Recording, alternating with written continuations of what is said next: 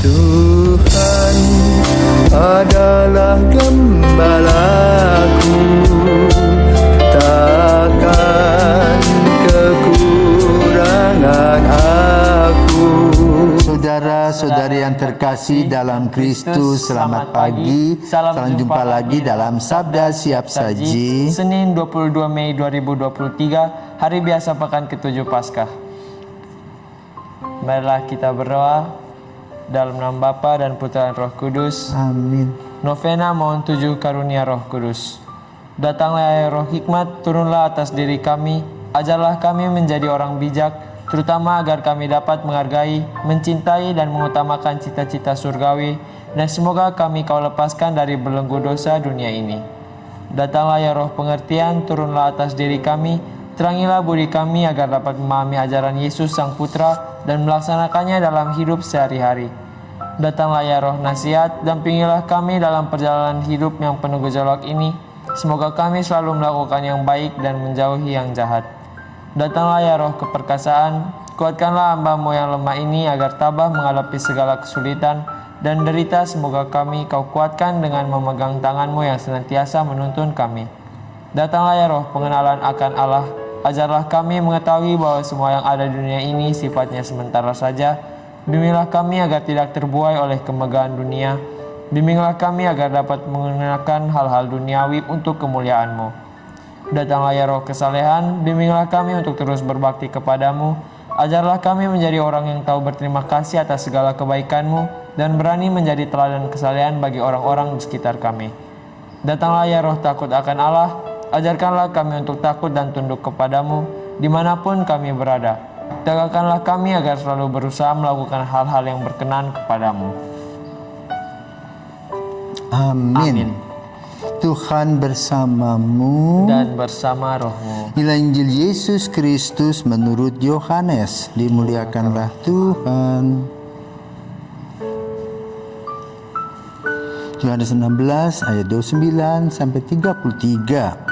Dalam amanat perpisahannya, Yesus berkata bahwa akan tiba saatnya bahwa Ia tidak lagi berbicara dengan memakai kiasan. Maka para murid berkata kepada Yesus, "Lihat, sekarang Engkau berkata-kata terus terang dan Engkau tidak memakai kiasan. Sekarang kami tahu bahwa Engkau mengetahui segala sesuatu dan tidak perlu orang bertanya kepadamu. Karena itu kami percaya bahwa Engkau datang dari Allah." Jawab Yesus kepada mereka, "Percayakah kamu sekarang? Lihat, saatnya datang, bahkan sudah datang, bahwa kamu dicerai-beraikan, masing-masing ke tempatnya sendiri, dan kamu meninggalkan aku seorang diri. Sebab Bapa menyertai aku. Semuanya itu kukatakan kepadamu supaya kamu beroleh damai sejahtera dalam aku. Dalam dunia kamu menderita penganiayaan, tetapi kuatkanlah hatimu. Aku telah mengalahkan dunia." Demikianlah sabda Tuhan. Terpujilah Kristus. Selamat pagi Romo. Pagi Yuda. Romo, saya mau bertanya nih Romo. Dalam Injil hari ini, Yesus mengatakan bahwa Ia akan berkata-kata, namun tidak menggunakan kiasan lagi. Ya. Lalu Yesus juga bilang, Ia telah mengalahkan dunia. Ya, terima kasih. Selamat pagi Yuda. Pagi Romo.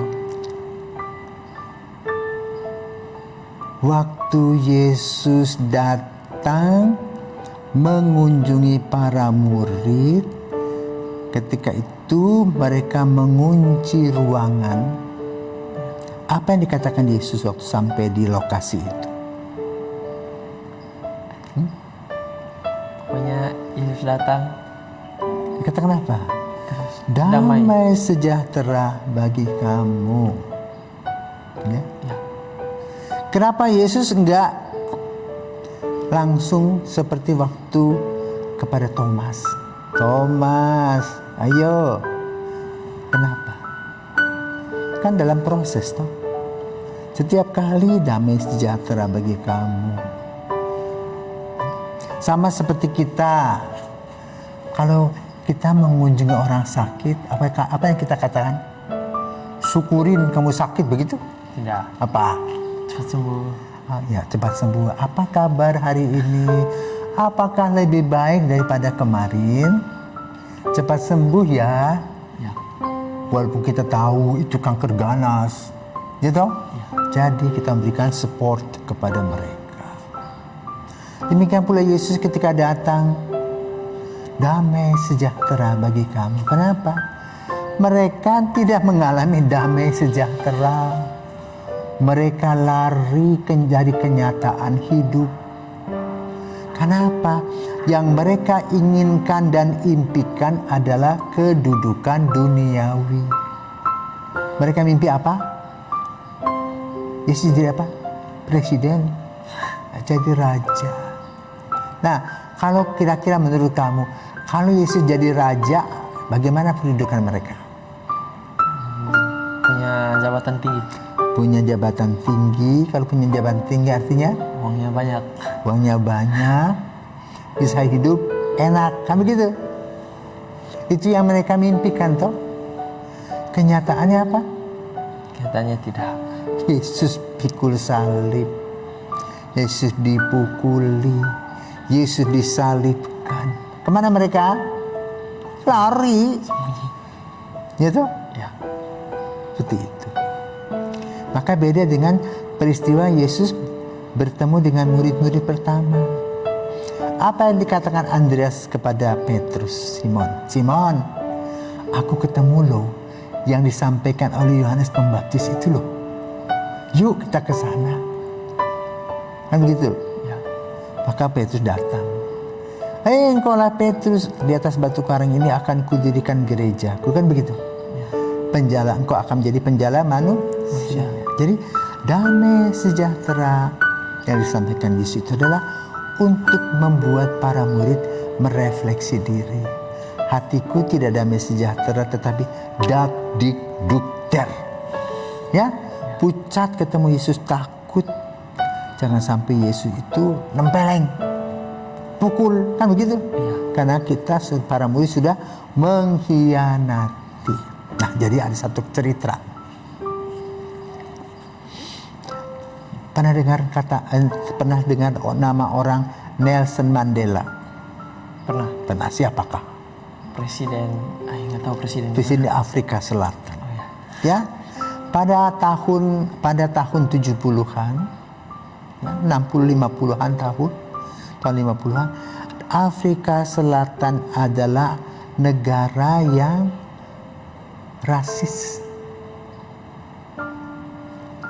Di sana dibuat peraturan. Kalau kamu nonton film di bioskop, ada yang duduk khusus. Jadi bioskop itu dibagi dalam dua bagian. Satu hitam, berwarna, yang satu putih. Demikian pula toiletnya semua diatur hanya untuk yang putih, yang berwarna harus di sekitar sini. Nah, lalu mahasiswa namanya Nelson itu protes. Loh, kok kamu itu tidak paham sebagai seorang Kristiani? Allah menciptakan kita. Aku diciptakan sebagai orang yang berkulit gelap. Kamu yang berkulit terang. Hanya beda kulit. Kok kamu memperlakukan kami seperti itu? Akhirnya Nelson Mandela ditangkap, dimasukkan penjara sekitar 20 tahun lebih. Tetapi dia terus berjuang dan berdoa. Akhirnya apa? Afrika Selatan kemudian tidak lagi menggunakan rumus hitam putih. Tetapi seperti kita di Indonesia tidak ada itu khusus toilet khusus untuk si putih, si warna, si tidak ada. Dalam pemilu dia kemudian menjadi presiden. Ketika dia di penjara, ada sipir yang galak, berwarna putih warna kulitnya. Dia siksa Nelson Mandela. Dia tidak tahu bahwa suatu hari Nelson ini jadi presiden. Betul. Dalam pemilihan dia menang. Karena orangnya itu ramah tamah, sosial dan sebagainya. Satu hari dia pergi dengan beberapa orang yang mungkin seperti Pak Jokowi belusukan itu. Dia ngajak anak orang-orang itu di jalan itu makan di restoran. Ketemu si sipir itu sedang makan. Dia ingat. Lalu dia minta pada asistennya supaya mengundang si sipir itu datang ke meja dia dengan pikiran mau ditraktir. Tapi si sipir itu ketakutan. Takut. Kalau tidak datang bagaimana? Datang bagaimana? Akhirnya dia menyembah Nelson angkat dia. Dia bilang itu masa lalu. Sekarang saya presiden, kamu adalah rakyatku. Yuk kita duduk makan sama-sama. Jangan pernah pikir pengalaman-pengalaman buruk di penjara. Itu yang membuat Nelson Mandela dikenang. Apalagi Yesus. Yesus datang mengunjungi murid-murid terutama Petrus yang menyangkal dia. Apakah Petrus sudah gemetar? Kan dikatakan kamu menyangkal, enggak lah, saya akan membela kamu. Ternyata dia menyangkal 3 kali. Maka Yesus berkata, damai sejahtera. Ya? Artinya apa? Yesus paham secara psikologi situasi para muridnya. Maka dia masih menggunakan tadi kiasan damai sejahtera bagi kamu. Tetapi mulai kelihatan setelah Thomas. Ya? Dan kalimat yang ada di sini disebutkan apa tadi? Dalam amanat perpisahannya.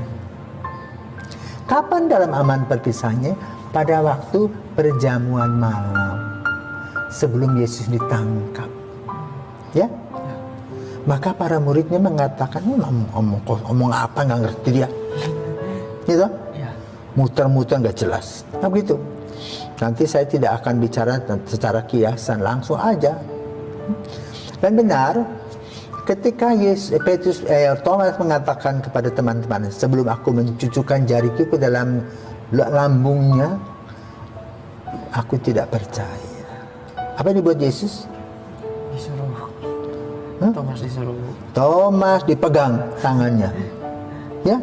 Mungkin dia ngomong, kencing-kencing ngompol, bisa jadi ya. Kita nggak diberitakan di Injil ya. Dipegang. Ternyata Yesus itu berdarah bertulang. Lalu jawab apa? Jawab apa Thomas? Ya Tuhanku dan Allahku.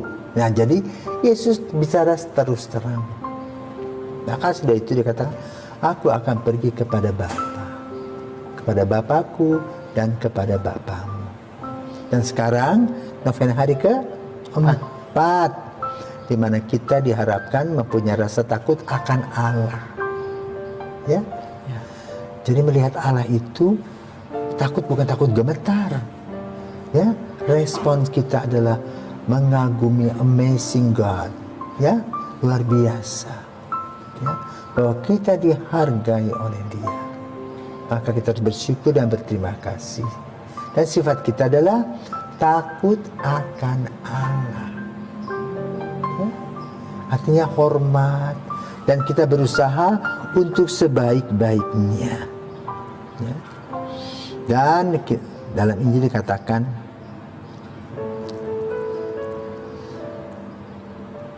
disebutkan begini, lihat, saatnya datang, bahkan sudah datang, bahwa kamu dicerai-beraikan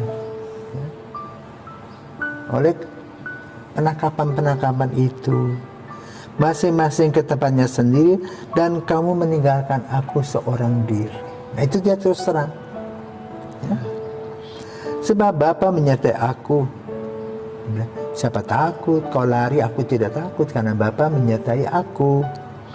Semuanya itu kukatakan kepadamu supaya kamu beroleh damai sejahtera dalam aku. Artinya apa? Aku memahami engkau, aku mengampuni engkau. Nah itulah Tuhan Maha Rahim ada di belakang kita gambarnya. Ya?